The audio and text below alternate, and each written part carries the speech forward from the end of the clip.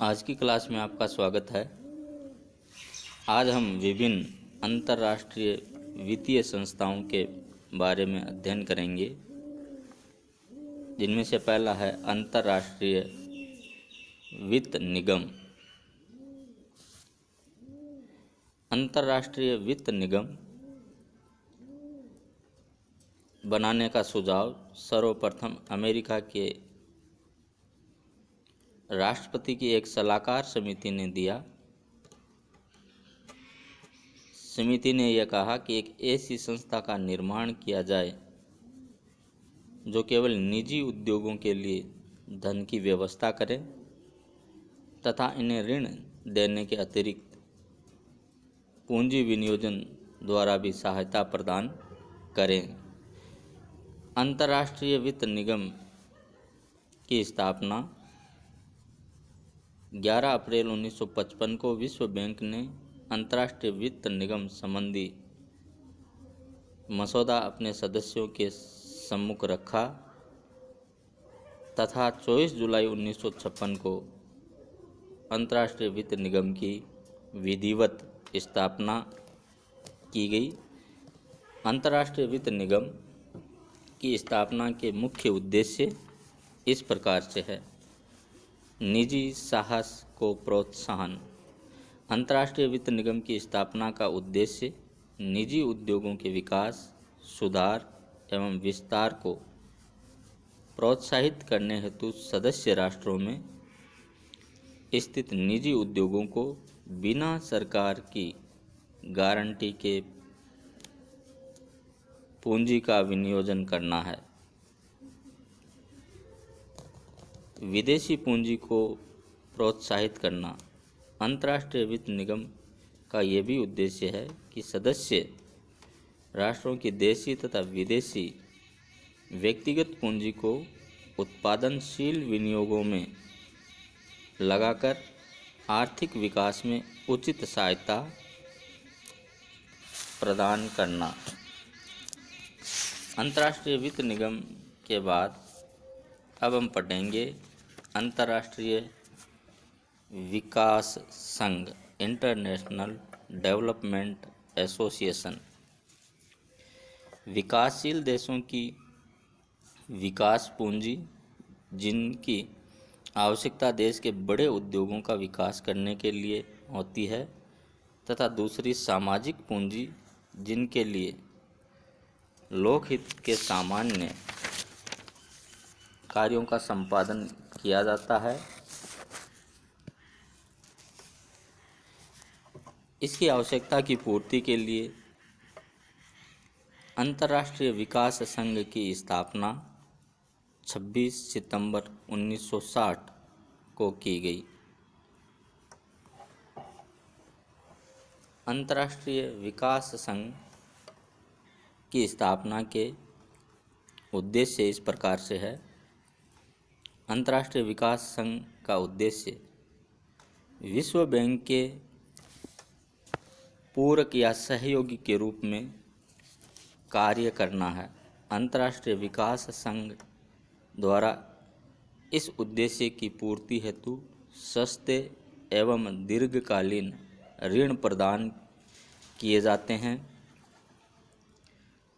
अर्थशास्त्र की भाषा के अनुसार अंतर्राष्ट्रीय विकास संघ को सुलभ ऋण देने वाली संस्था कहा जाता है।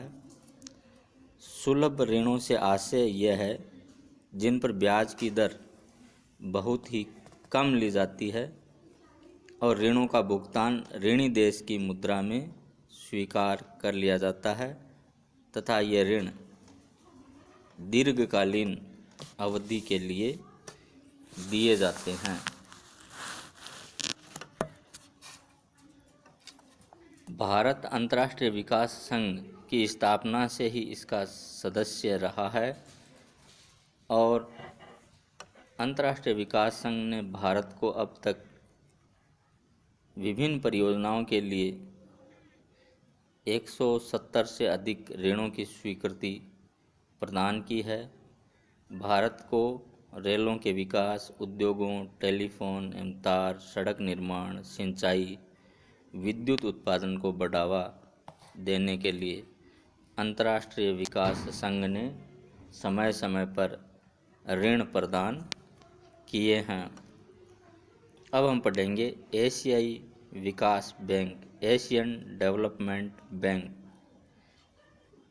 एशियन डेवलपमेंट बैंक सितंबर 1963 को एशियाई एवं सुदूर पूर्व के लिए आर्थिक सहयोग द्वारा गठित एक विशेष समिति के सुझाव पर एशियाई विकास बैंक की स्थापना का निर्णय लिया गया और एशियाई विकास बैंक ने 19 दिसंबर 1966 से अपना कार्य प्रारंभ किया। एशियाई विकास बैंक की स्थापना के उद्देश्य इस प्रकार से हैं। उपलब्ध साधनों का प्रयोग। एशियाई विकास बैंक की स्थापना का उद्देश्य राष्ट्रीय, क्षेत्रीय तथा उप क्षेत्रीय विकास कार्यक्रमों को ध्यान में रखते हुए उपलब्ध साधनों का अनुकूलतम उपयोग करना है। दूसरा, सार्वजनिक एवं निजी पूंजी के विनियोग को प्रोत्साहन देना। एशियाई विकास बैंक एशिया और सुदूर पूर्व के देशों में आर्थिक विकास के लिए सार्वजनिक तथा निजी पूंजी के विनियोग को प्रोत्साहित करती है। सदस्य देशों का सहयोग। एशियाई विकास बैंक संयुक्त राष्ट्र संघ तथा उसके संबद्ध संस्थानों तथा अन्य राष्ट्रीय, निजी तथा सार्वजनिक संस्थाओं के साथ सहयोग करता है जो इस क्षेत्र में विकास संबंधी विनियोग से संबंधित है। एशियाई विकास बैंक अपने सदस्य देशों को विकास परियोजनाओं के निर्माण के लिए तकनीकी सहायता भी उपलब्ध करवाता है।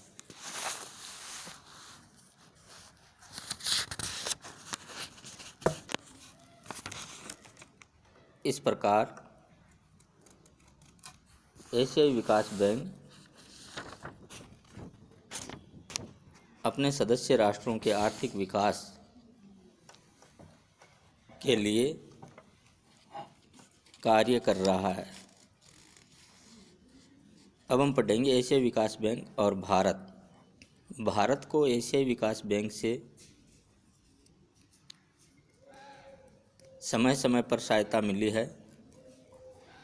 अप्रैल 1980 में मनीला में एशियाई विकास बैंक की बैठक में अर्धविकसित देशों में तकनीकी एवं प्रौद्योगिकी विकास पर चर्चा हुई। वियना सम्मेलन में तत्कालीन वित्त मंत्री ने भाग लिया। उन्होंने परियोजना क्रियान्वयन की भूमिका में गिरावट के प्रति चिंता व्यक्त की। उन्होंने एशियाई विकास बैंक में विकसित देशों के ही सलाहकारों की नियुक्ति करने की नीति की आलोचना भी की।